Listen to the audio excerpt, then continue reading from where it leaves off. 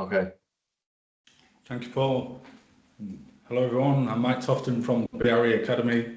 I'm the BIM Digital Construction Lead here. Are you okay? Come from a mainly architectural background, and then for the past 12, 15 years, I've been very much implementing BIM standards, processes, bits of software with AEC companies from around the globe. And I'm here with my colleague Polly as well, so I'll hand over to her. Thanks, Mike. Morning, everyone. Well, lunchtime, everyone. Thank you ever so much for joining us today. As Mike says, BRE Academy, and Mike will be leading everyone through today's Lunch and Learn, but we're both here to support any questions at the end. Thank you, Mike.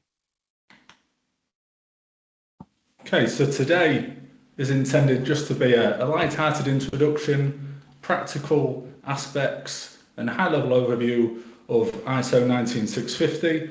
We're not expecting you to become an expert in these standards. We just want to give a bit of an intro, cover some 5 areas that you'll see on the screen there. So firstly, what is this standard that we talk about? Why does it exist? How does it relate and link into the Irish BIM Mandate? And then look at some of the crucial aspects of that with regards to the IM function. And also, how can we support you along this BIM journey that we have at the BRE Academy? So BIM, I'm sure many of you are aware of it. One of many acronyms that we have in this industry, stands for Building Information Modelling.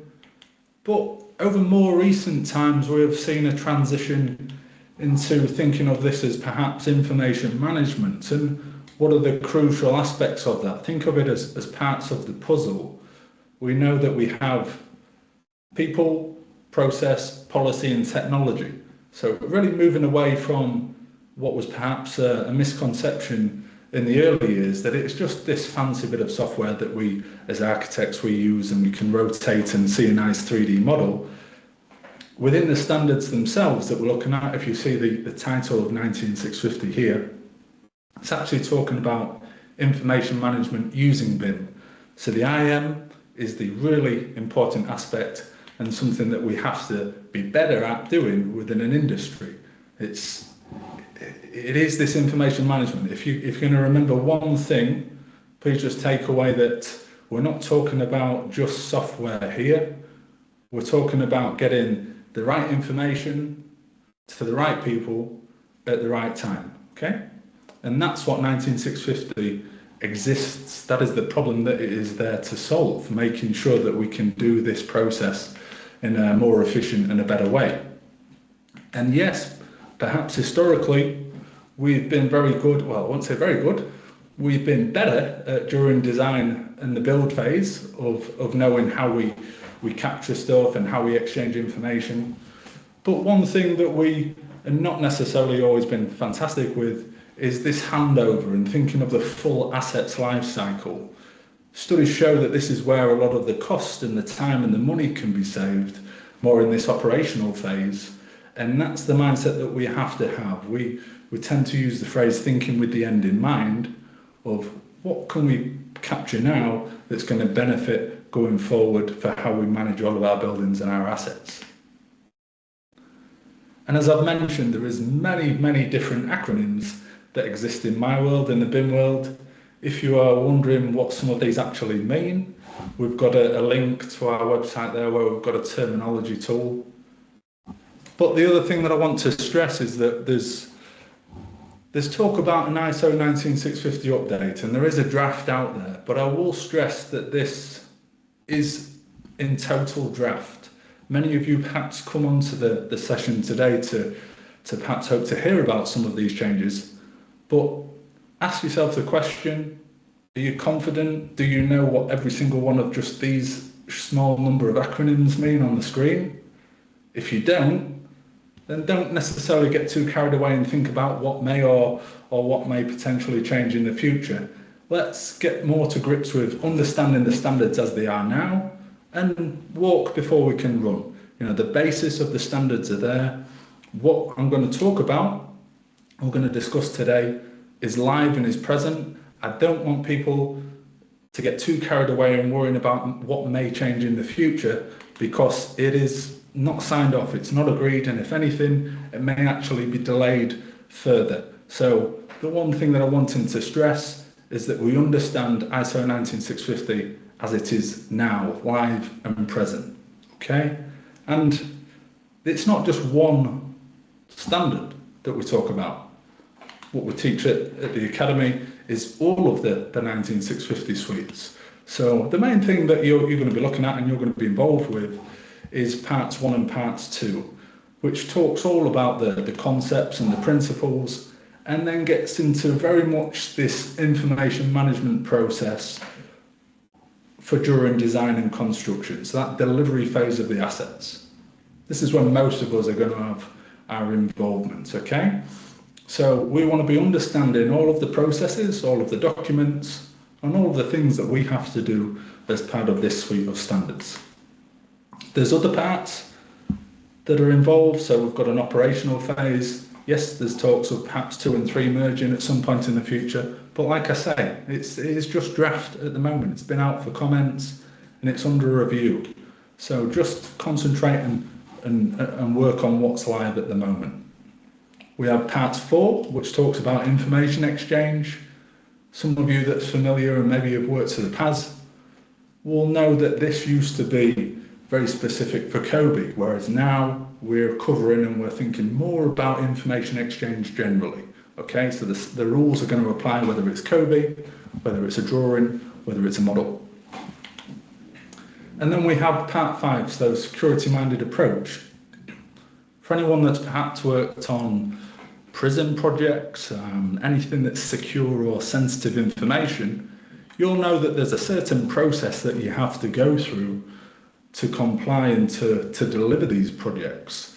You know, we can't be letting floor plans of high secure prisons be going out and being released to anybody. There has to be a certain process to be adhered to make sure that actually some of this information is sensitive, and let's manage it in a specific way. And then we have part 6, which is the health and safety side of things. I'm sure many of us probably still do. We have all these huge health and safety files and folders that's keeping records. But one thing that we want to do from a BIM perspective is, in the same way as how we would manage any other bit of information or data, can we manage this health and safety, this risk information, can we manage that in a 3D environment with things such as these hazard markers that you see on the screen there? Okay, so there's many different parts to the suite of standards. It's not just one document. It depends on the level of complexity and the stages of the project that you're involved with. But to break that down into perhaps a more simple and easy to understand way, I like to think of and explain 19650 with this table that you see on the screen here, okay? We always want to start with information requirements, which is where many of those acronyms that I showed you earlier would come from. OIR, AIR, EIR. These are the foundation blocks, if you like, of a project.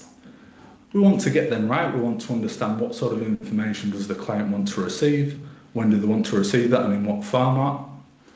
And then what we can do as perhaps designers, contractors, lead appointed parties and delivery teams is we take that, we get the base requirements, and then we can say, right, how are we going to plan out, how are we actually going to deliver that information in the way that you've requested it? That's where we have documents such as a BEP, a BIM execution plan. So we've got the requirements, we've got how we intend to deliver it, and that gives us then the basis and the processes and the procedures to go away and actually deliver that information. So how do we then actually create the models, upload them, share them to the CDE, and so on. And throughout all of this process, we've got quality assurance and quality control. For those of you perhaps familiar with ISO 9001, which is a quality assurance process, 19650 builds on that. We've got 2 hoops that we have to jump through as part of this process. And one of the key parts of the standards that I want to talk about I'm not going to ask anyone to answer or to let me know if they know what this means, this perhaps overly complex term, but the information management function, certainly whenever we do the training at the Academy and I ask people this, it's when I can cue a little tumbleweed across the screen and I will not get any hands going up. So it's not something that people necessarily seem to understand, but I want to just talk about how this is really crucial, and certainly for the Irish BIM Mandate, this is essential that there's someone that's in this role to deliver this function. It's all about governance, process, and ensuring consistency throughout the project. Okay, think of how, from a project management perspective, we would have a PM that's managing the phases of the build, your foundations, letting that cure before we go and start to lay the internal walls and so on. Think of like the Gantt charts that you see on the screen there. How we would manage a construction project from a timeline and how things relate.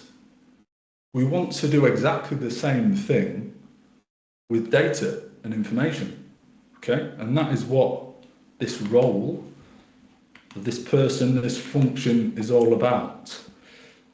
It's talking about the tasks and the activities that we have to undertake to comply with 19650.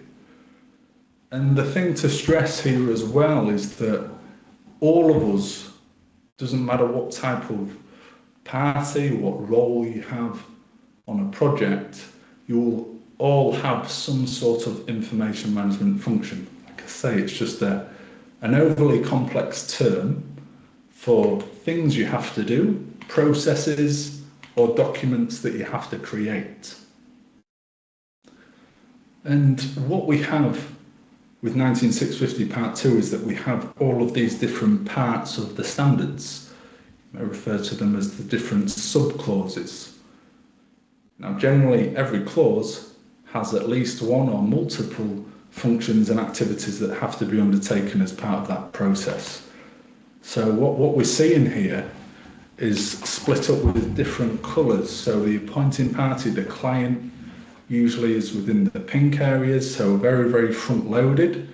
That's where we talk about all of those information requirements and the foundation block of the project, but we have to get them right, which I'm sure many of you have come onto and have gone onto a project and you haven't got an EIR. So think of that. An EIR is in these earlier phases here, 5.2.1. If we don't have an EIR, we don't have information requirements, we're effectively trying to build and do an ISO 19650 project without any correct foundations in place. So there's got to be a lot of holding the hands of the clients, helping them understand to ask for information in the correct way. And this is also, I'm going to reflect on this in a little bit later on, but this is also a key part of the Irish BIM Mandate, that there has to be someone sitting client side to set up and assist with these information requirements, with these earlier phases. Get this right, and then the rest runs much more smoothly. And I want to stress, and I'm sure, and I've seen that there's many BIM managers on the call today. I've got you back a little bit here, guys, in terms of that. I'm sure quite often in your office, it's a case of all fingers are pointing to you when it comes to your BIM requirements, and oh, we don't need to do that. You know, if the BIM managers there, they're going to set all the naming, all the protocols, they'll do all the documents. We can just leave that. Or perhaps you're a designer, a task team member, and you're thinking just the contractor's going to sort all of this stuff out. They've got a BIM manager. That's surely what they do. I know not many people seem to understand the role perhaps of a BIM manager. They're just assuming they do everything. But like I say, guys, trying to fight your corner here for you a little bit. If we look within the standards, the role of BIM manager doesn't exist. The idea is that this function is everyone's responsibilities. We all have to take and understand that we have roles, we have things that we have to do and that we have to deliver as part of these standards. So it's trying to remove perhaps what we had previously within the PAS and the BS, that we have these certain individual roles. It's removing that and just saying that from a blanket perspective, We all have things that we have to be responsible for. Yes, various different degrees of complexity to that.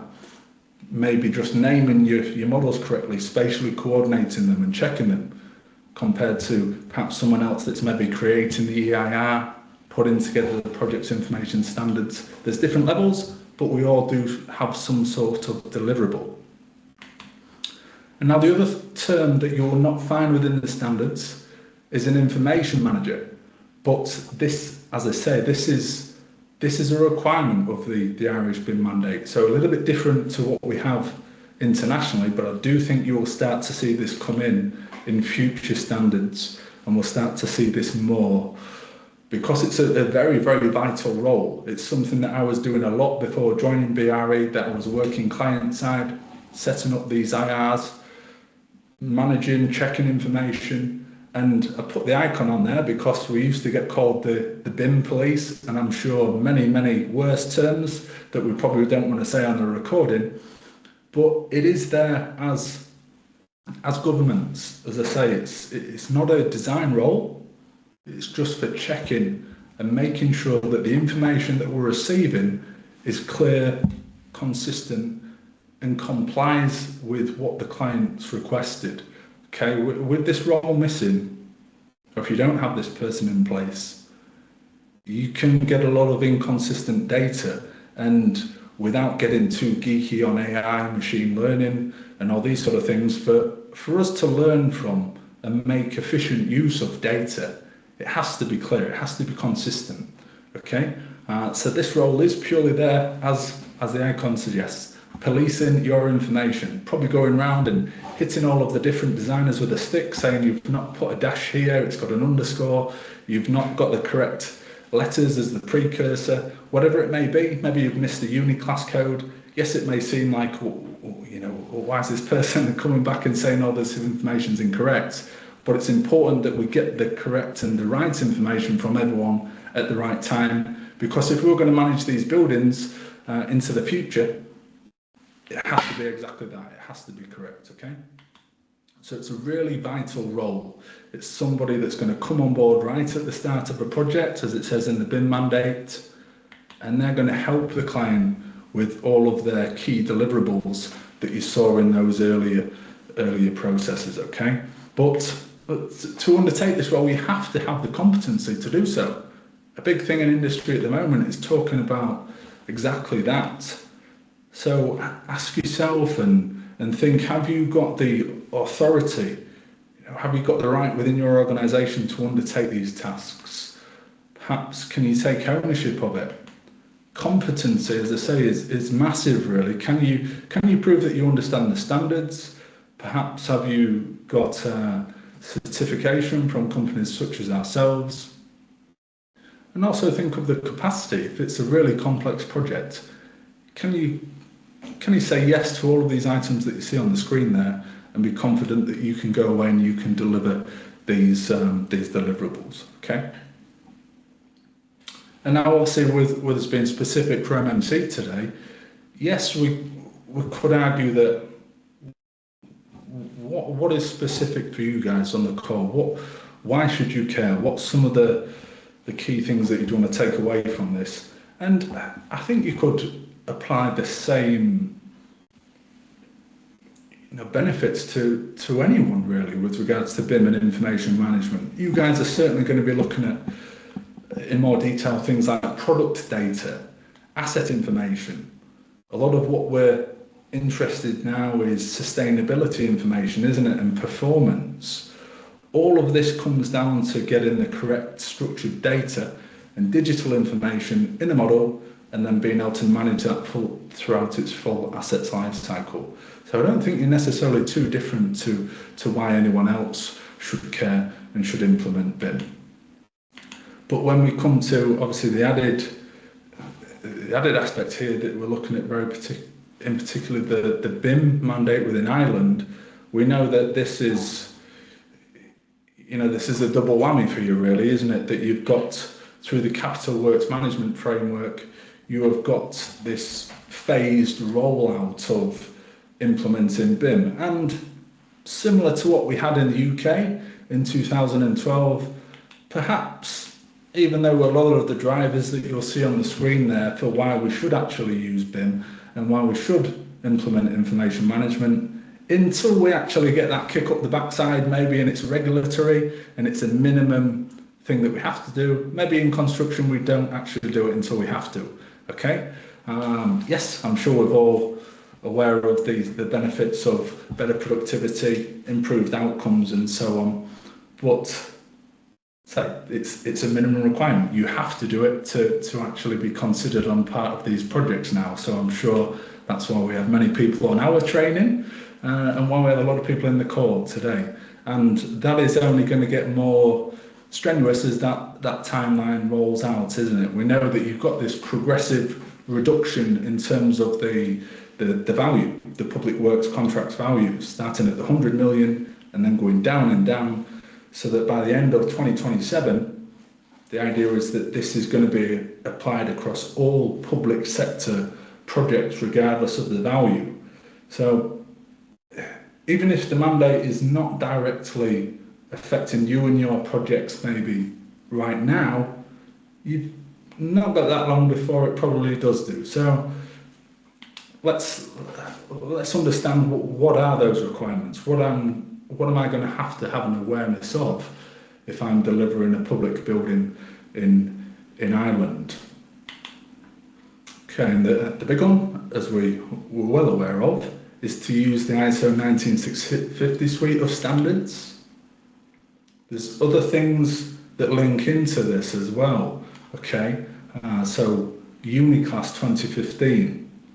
Really, this is just a standard way of identifying something within an industry, identifying objects within all of our buildings. And I'll get onto that in a moment. We want to be having an awareness of IFC, Open BIM, moving away from closed, just software-specific platforms.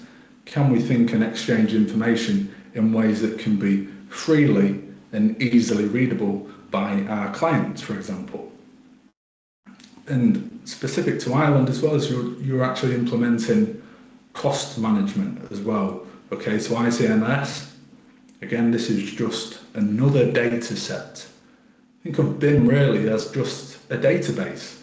That model, yes, it's nice, we can spin it around in 3D and it looks pretty to an architect, but really the value of it is that I can click on perhaps that fire door and I can understand who installed it, when was it installed, what's the manufacturer, what's the model, what's the fire rating.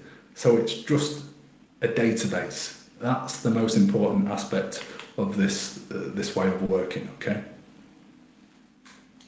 So Uniclass, as I mentioned, yes, it may look a little bit complex when you first see it.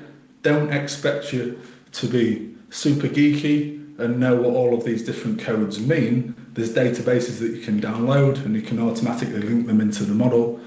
But what it's used for, and we've got 3 different levels, if you like, of classification, beginning with the elements, then into the more detail with the systems, and then to be very, very detailed, we can actually specify what type of product this is as well, okay?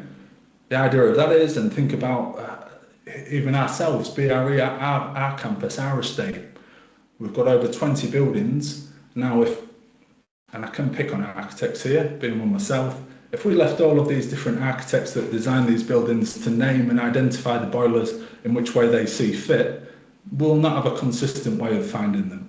So our estates team, our facilities managers, they need a consistent way that on our platform they can find every single boiler that exists on our whole estate. That's why we have these standard codes, okay? And it's used internationally, so it doesn't matter what design team you have, where they're based, using a single way is the best way to actually identify objects. Okay, I touched about and talked on Open BIM there.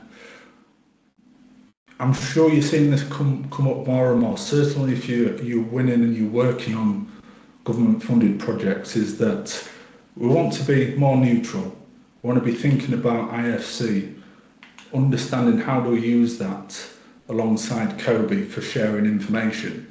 Many of you, I'm sure, on the call work in Autodesk, in Revit, and yes, there's other platforms available for sure, but these are software specific. These are locked into one particular vendor.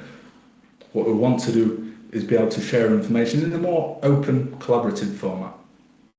Here's one of our buildings here at BRE, and it is just, it's the same data that you're used to designing in. It's the same way, but you're perhaps seeing it in a different format and a different view.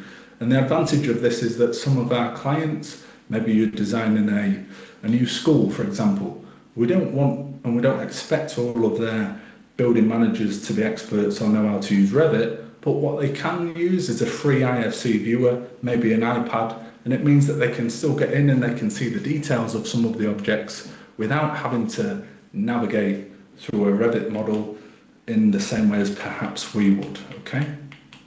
Just a duplicate on there. So we've got Uniclass, we've got IFC, and then the other one that I mentioned is this ICMS, so cost management standards. Starting to think about not just the initial cost of an item, but remember we said we're trying to think with the end in mind, more this long-term thinking, operational aspects. Can we start to embed things within the model, such as perhaps the whole life cycle costs? Or maybe you're an architect and some of your projects are looking at going for BREEAM ratings and some of these higher ratings. Can we actually show the carbon impact on this material? Okay, and again, the more data we have, the better decisions we can make on these buildings going forward. Do a similar thing on, again, our estate, that perhaps we can start to think about, right, we've got X amount of 1,000 light bulbs in our buildings. What would based on a 10-year plan, if we could embed some of the typical lifespan of these products in there, the replacement costs, can we have a look and can we weigh up what would the advantage be to maybe change all of them to LED, to do an upgrade in a phased approach? The more data we have, the more we can think about and make some of these reports that a lot of other people will be doing with the buildings. Yes, it's moving away perhaps from our design mindset and thinking more of that operational, that facilities management phase. And this is where it's good to sit down sometimes. Again, as an architect, don't just think about how it's going to look, but actually think about, well, when we hand this over, how are you going to manage this building for the next 30 years or whatever it may be, okay? So those are some of the key requirements, some of the minimum requirements and expectations. There's also, I'm sure if you guys are probably very familiar with the website that shows this and that defines the mandate, but there's also 7 steps that they talk about in terms of this 19650 journey that you're going to go on. And number 1, as I've stressed, as I've mentioned, the IM function is super important. The first step that you have to do for the Irish BIM Mandate is talk about, well, who is the information manager? Have we got a competent person appointed? Have they, been certified? Can they prove their competence in this industry to go away and help and set up all of those information requirements that I talked about at the start? Okay, so get someone in place to hold the hands of the client, help them understand what they want, when do they want that, and how are we going to give value to the client. This is the other thing as well. We don't want to be just doing BIM and 19650 because, oh, it's a checklist or it's a tick box that we have to do it. Let's actually try and say, well, how can we give something of value to the client? We'll get it a lot where we maybe see requirements of we want BIM. Well, what does that mean?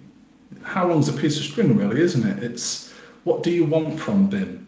Is it better sustainability? Do you want to see health and safety within there? Try and work with the client to understand from an organizational perspective, what is it they want from BIM and how can we give some benefit to them, okay? So we need an information manager. We want that person within that role will create a plan, so a BIM implementation plan, and this is going to talk about all of our goals and our requirements aligned with the standards. Again, within this process, we'll be looking at how we can choose the right software, the right processes to collaborate and share information through something such as a CDE. They want to be setting and looking at our organisational goals. So that's where I'm talking about. Can we establish right at the start, what does this company, what does this organisation actually want to achieve from BIM? So set those goals, choose the right team. Again, it's important that we get a competent team, not just from yourself, but our full supply chain.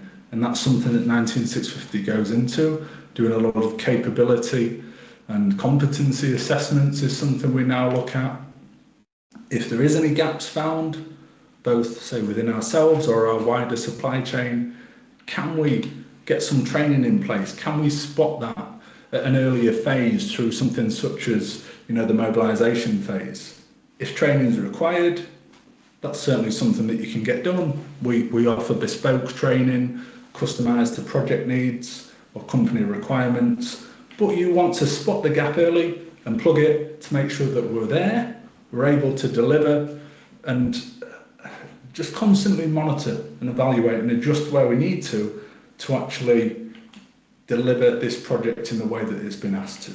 Okay, so that's the Irish BIM Mandate.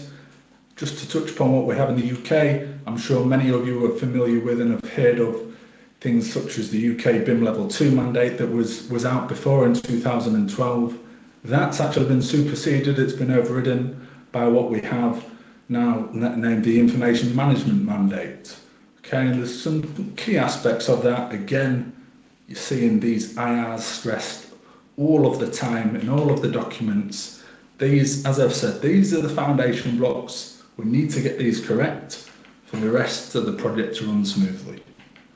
So we have a similar thing in the UK as to what you have in Ireland, ever so slightly different in some aspects, but the big thing is all about understanding the ISO 19650 suite, making sure we have that information management function, capability, capacity, and also competency, that we understand how to set up IRs to give value to the client, and constantly getting that ongoing value. And how can you demonstrate your competency? I'm sure you have all received, as we do, to bid for work, these BIM qualification questionnaires that can be 80 pages and it takes you maybe a full day to fill them in, all asking about your experience, your information management principles, your processes, have you got competent peoples? It's all about demonstrating that you do understand the standards. And that's something that certainly we can help you with at BRE. We have certification for both individual and businesses that talk about and will help you demonstrate your competency. It's making sure that you've got that knowledge and that skills, isn't it? That's then transferable. And certainly for this IM role, if you're looking to work client side for the Irish BIM Mandate projects, you want to be able to say that yes, you've got the ability to create these IRs and to go away and deliver real value to the client. So we have this training, we have pre-assessment, we have certification that we can help you with. So I don't want to plug that too much. That's certainly something that you can reach out to us separately if you want more information on. But generally, and I'm sure you'll see this come through a lot in any frameworks that you're looking to be successful and to bid on, is that they want to see that you have UCAS accreditation as a company, and also look for evidence-based competency from those individuals that's going to be working on a project. So thank you very much, guys. What we'll do is we can reach out and open out now to you guys on the call for any questions that you may have. We've got a bit of time. I see, Polly, you've got your hand up there. Yeah, I just wanted to thank you, Mike, for sharing.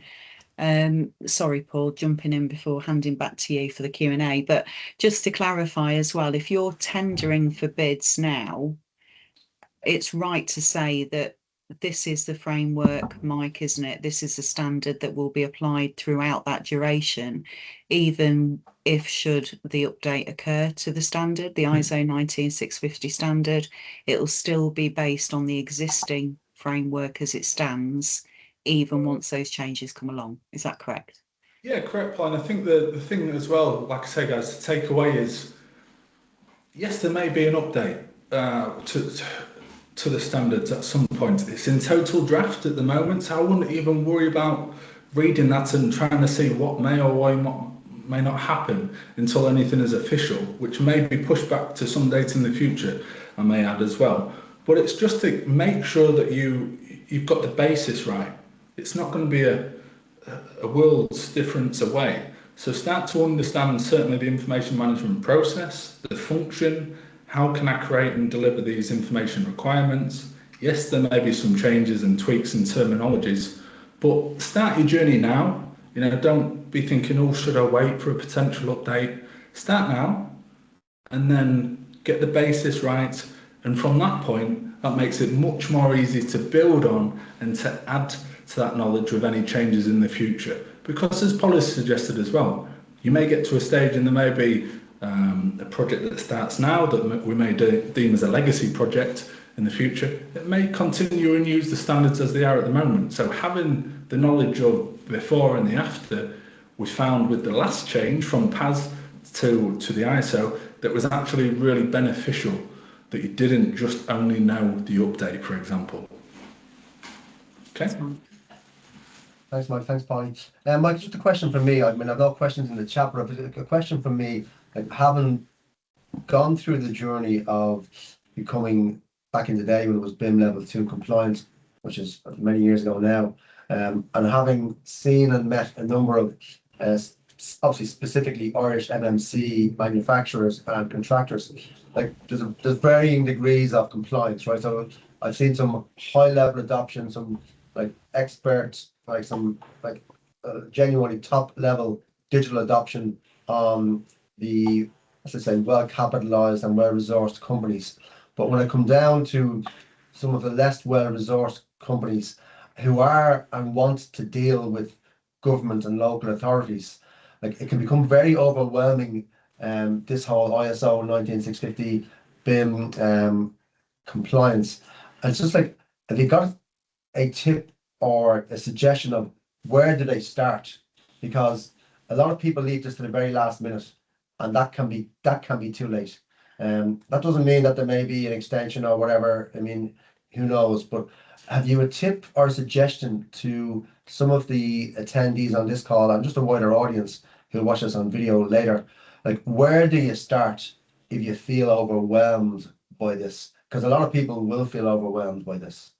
Yeah, and it's a very good question. What you actually see within the standards and what as well is that it says that these are written for specialists, for consultants and people implementing them within projects. So sometimes people go straight to reading the standards and it can be a little bit like, whoa, this is rather complex and rather intense. There's a lot of guidance out there. Obviously, seek training, because what we certainly try and do at the Academy is break it down into more manageable chunks and relate to perhaps projects that you're working on.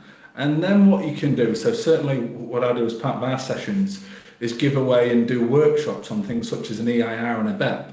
And then I encourage people to go away and say, right, well, just maybe the next project that comes in, or the project that you just worked on, maybe 9650 wasn't a requirement, but let's maybe recreate and try and mock up the process. So think and put ourselves in the shoes of the client. What would the EIR look like? And what asset information did they want? What data did they ask for? And think, well, how would I then respond to that with a BEP? And almost doing like a mock-up scenario, like something that's on a project that you're used to. This is as well where training that is related to projects that you're working on and real world case studies actually helps implement that learning better as well. But it is daunting in some aspects, Paul, I must admit, but it's really, think back to that simple chart that I shared. It just starts with the information requirements. What does the client want? It's not always super onerous. It may be, I think the other thing as well that people think, well, if we're working to 19650, we've got to add these huge amounts of data sets. Perhaps the client just wants a lower level of information need. Maybe they just need the name, the manufacturer, the model, and a classification code. You know, something as simple as those 4 or 5 parameters, but that means they can go on and manage that building efficiently in the future. People maybe see these huge mega projects where we've got 30, 40, 50 parameters assigned to some of our maintainable objects and get a bit worried by it. But it's just about getting the right information, isn't it, to the right people at the right time. Okay, thanks a million for that, Mike. Hi, Nick. So Nick from Sapphire Balconies, who is going to obviously has a question to ask. So Nick, over to you. Thank you, Paul. Mike, one of the challenges we have quite extensively is that when we get asked about BIM details from certain architects, it can be quite different to what the next architect will ask you for. The level of information and sharing does seem very inconsistent, and in having discussed it through on a number of the working groups I'm part of, it seems like it's a common challenge for manufacturers to actually understand kind of what extent they need to support it, because what's too much for one person is far too little for another person. It's quite a disjointed approach at the moment. We're kind of being pulled from multiple directions, but are keen to support in ways which is actually meaningful and adds value. Yes, again, good sort of input there, Nick. And what your question or your statement very much aligned with what happened in industry, that we had level of detail and level of information that would be exactly as you've suggested. We would have a number that would be too much detail for one person and then not enough for another. So it wasn't specific enough. So what we now have is this level of information need framework where, and this is where the information manager role, the function is really, really crucial. They sit with the client and say, right, let's be specific with exactly what information we want with these maintainable assets and when do we want it. Okay, so you will see, Nick, a more varied approach to what information you want and when. But I think from your perspective, it would be good to perhaps have a typical list, and what I show in our training as well is what I think is a typically good deliverable for the level of information need at certain stages. Now, obviously, again, that does vary project to project, but you want to be looking at things that people typically need to manage their building going forward. So it is the manufacturer, it's the model, it's the installation date. Obviously, naming is automatic, but description, uniclass code so that they can identify their objects. And there may be more specific and customized stuff that the client asks for, such as maybe dimensions, the costings, these sort of things. But what you should be getting now is exactly that. It's a very specific level of information need from each client. I don't know how much of that you've been seeing or whether you've been getting asked for generic numbers. I was more kind of thinking at the early stages of the project, through the early sort of REBA stages, and working to support people in early stage. We get asked various different levels of information at that point where we don't have things like manufacturer and install date and so on. I guess. Sorry, go on. So the reason why it's a challenge is because when you're getting asked on it at quite some scale from various different parties, multiple requests a week, which are quite varied, it does take up quite a lot of time to actually try and serve client needs. What information we can export at the end, the COBE data is quite simple from the quality system though, so it's kind of more the upfront challenge I was thinking. Sorry. Yeah, in that scenario, what I would tend to recommend is that you think back to that uniclass slide, that you say, well, we'll provide you with a system, a uniclass system code that's a bit more high level, a bit more generic. We're not saying exactly which product, we're just going to provide you a system at these earlier phases. And in your scenario, what I would say is when you're responding back to an architect or whatever, you just say, look, this is our typical level of information need that we would provide. I would always like to have something in your back pocket that you go to them and say, this is our typical deliverable, because they may have copied and pasted from something else, and that's why you're seeing such ranging levels, but I would advise to you guys to say, look, actually, this is what we'll provide you. Our level of information need at stage 3 is this. It's a system, maybe just at high level, system and a name, okay, and a number. And then as you work through, you get more detail. You'll say that by stage 5, we're going to be more specific. We're going to give you a product. We'll give you a manufacturer. We'll give you a model. So the level of information should increase as the stages increases, okay? So I would go back to them. And chances are they'll just go, oh yeah, you're on the ball, and we're happy with that. They're probably making something up and trying to, preempt that. So I would always have something in your back pocket that you just say, look, this is what we'll provide you. Are you happy with it? And it's, because you're going to use that on every project going forward then. And that consistency saves you time with all of these backwards and forwards as well. Does that make sense? Thanks, mate. Thanks, Mike. Just the fact that Nicky was asking that question, I think it's important for the wider audience to appreciate that it isn't just the main contractor who needs to be aware of this, because the main contractor will also be drilling down into the supply chain, looking for whether it's unit class codes, whatever it is, but most likely accepting designs in 2D CAD layouts going forward will most likely be, I say, a thing of the past, and will soon become a thing of the past certainly for dealing with public sector main contractors. They will most likely insist on you joining their BIM environment. So it's important to understand what part of the supply chain are you in, and what specific requirements of ISO 19650 will apply to you. And that's only from discussing that with the main contractor or the principal contractor who you normally deal with, and understanding what part of the supply chain are you in. But I think it is really important to appreciate that. And if you're only dealing in 2D and you want to be involved in Irish public sector contracts, you need to make yourself aware of that and understand what training is appropriate for yourselves. I just know, Mike, that Polly made a comment there around sharing that framework as a starter for 10 with a wider audience. That would be great. We can send that out to people. And I'll open the floor to any more questions. If there are, stick your hand up.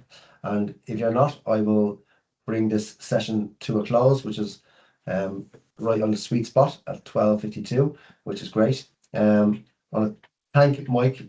Mike, really appreciate that very detailed explanation of what's going on. I know you could spend days and weeks talking about this, and I know it's hard to cram it into 30 or 45 minutes, but I think it's given the audience certainly something to think about, understanding what's involved in the Irish BIM Mandate. And like 2027 is literally around the corner. Polly, thanks again. Good to see you. Thanks for facilitating this.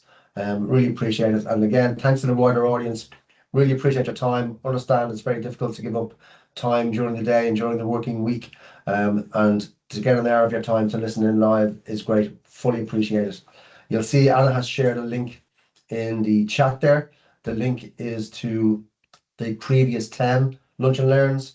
We'll be adding this Lunch and Learn to that website later on today or tomorrow morning, which allows, and we see this all the time, a lot of these get watched afterwards from people who have registered and from people who haven't registered, who've registered for others. So it's a great library of education topics, and I would urge you to have a look at what has been done before. And if there's topics there that interest you, feel free to watch or listen to.